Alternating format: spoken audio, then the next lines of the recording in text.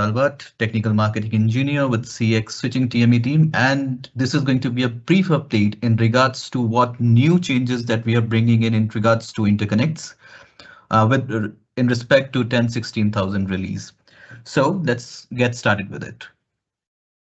First one is a very critical and a major one that most of the field members and the customers have requested this a lot of time. It's the enablement of number of modules on CX10K, which was not there earlier. So starting with, we have 10K AOS enablement, which includes the enablement of 200 gig QSFP DD module splitting to 2 cross 100 gig QSFP28 AOC cable that can now be supported on your CX10K platforms. Mind it, only the split end, that means QSFP28 ends, will be supported in the respective ports of CX10K. The other end could be used in CX9300 as directly in the 400 gig ports. Now, from the support point of view, the ports for ports of 10K that are going to support the QSFP28 ends are 49, 50, 51, 52, 53, and 54. So that is something that you need to consider when you are trying to deploy this. The support includes all the variants of this AOC cable, including starting from the 3 meter up to 15 meter, 30 meter, and 50 meter. So all the variants are now available and enabled to be used with CX10K. The use cases, as you know, because it's an AOC cable, it's deployed as a TOR or leaf in DC environments with 200 gig port and on backbone or spine. And talking about the customer benefits, customers can utilize one single QDD port on the far end to split it into the two 100 gig links. And the AOCs are known to be cost-effective choice when it comes to shorter distance requirements. Support, as you know, it's only for 10K for this release. Moving ahead, we have, so that was all about the AOCs that we have enabled, or the AOC that we have enabled. Moving ahead, we have also enabled other transceiver modules to be used with CX10K. Now we are going to see one by one what those modules are, because we have enabled a few modules to be used in this regards.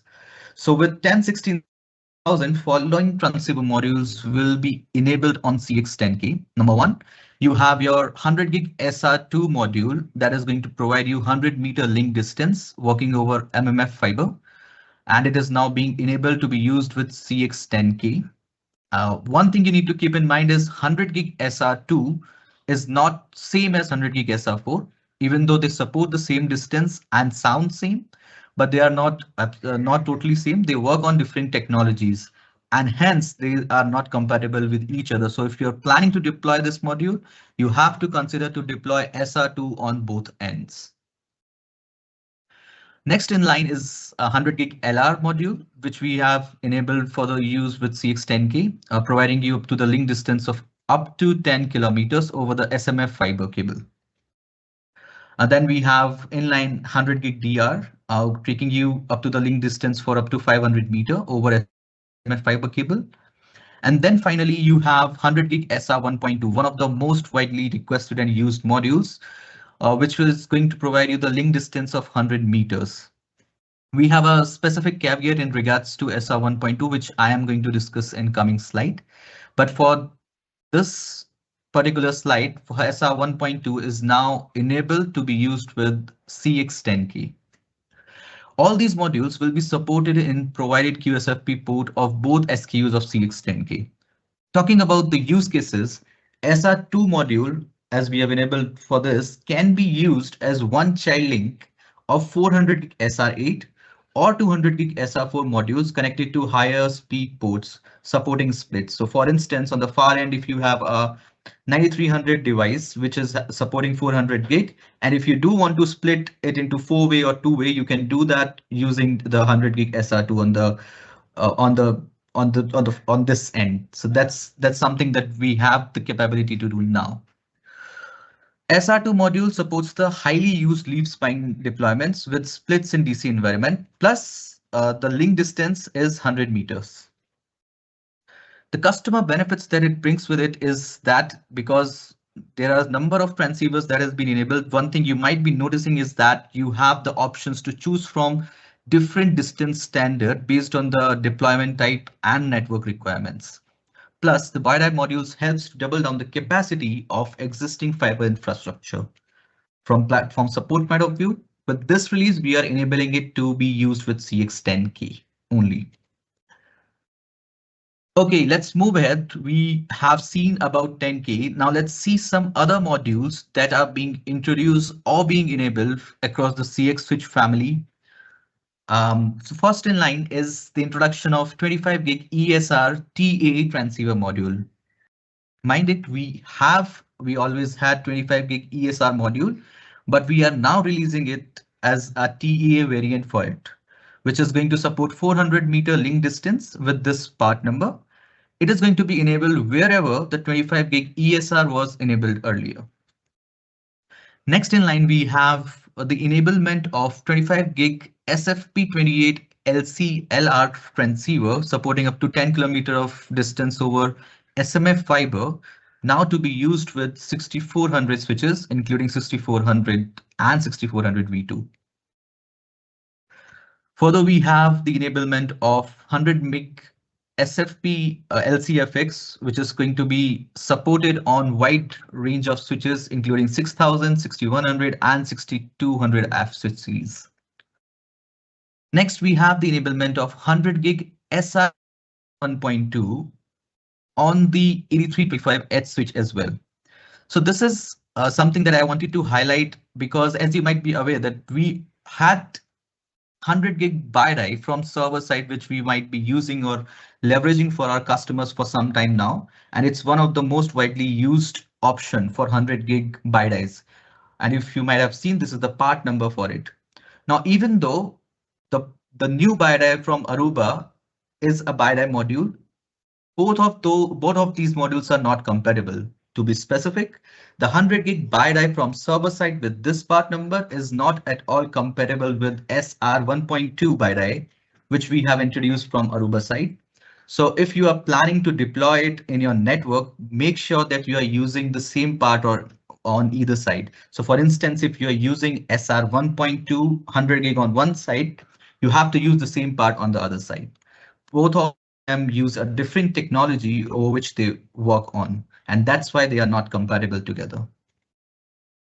And finally, we have a 9332D, for which we are enabling the use of 400 gig ZR, which was not available earlier, and the enablement of an AOC, which is 400 gig that can give you two links of 200 gig. And that is going to be supported on all the ports of 9332D, that's 1 to 32. So this has been all about the transceiver modules that we are introducing and whatever we are enabling. Now there is another additional change that we are bringing in regards to software side, where you can have or where the customers can benefit it directly. This is a command that is going to tell you or display the output of what range of transceivers is supported on a particular port of a particular switch. And this goes as show interface supported transceivers command. Now this command displays the interconnects that is supported by a specific interface or all the interface.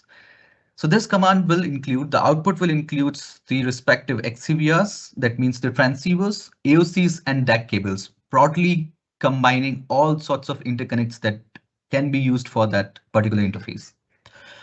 It applies only to the physical present interfaces, and that means you cannot see the virtual interface to be listed here. The interface that might require the QSA28 adapter will be highlighted in this CLI command itself. User can find out the module supported by each member of VSF stick as well. In case of chassis, interconnects for each line module will also be listed in the same. This list can also be accessed via REST functionality, giving you a remote access or an option for you to fetch these details in a remote environment. Use cases, the CLI-based list for all supported transceiver module will make it easy for you and the customers to fetch these details directly without checking multiple assets or referring to other documentation. You can now just log into the switch and fetch these details out. This brings the customer benefits because it makes it easy for the customers to easily access the list and to confirm the choice of what interconnects they can use. And this helps in managing available resources and to plan upgrades as well. From support point of view, this command is going to be supported across all CX portfolio, which means all CX switches, all SKUs, and all families. Now with this, we come to an end of this session. I want to highlight that if you need any further details or specifications in regards to these updates and transceivers in general, we have a one-stop solution, that is Transceiver Guide.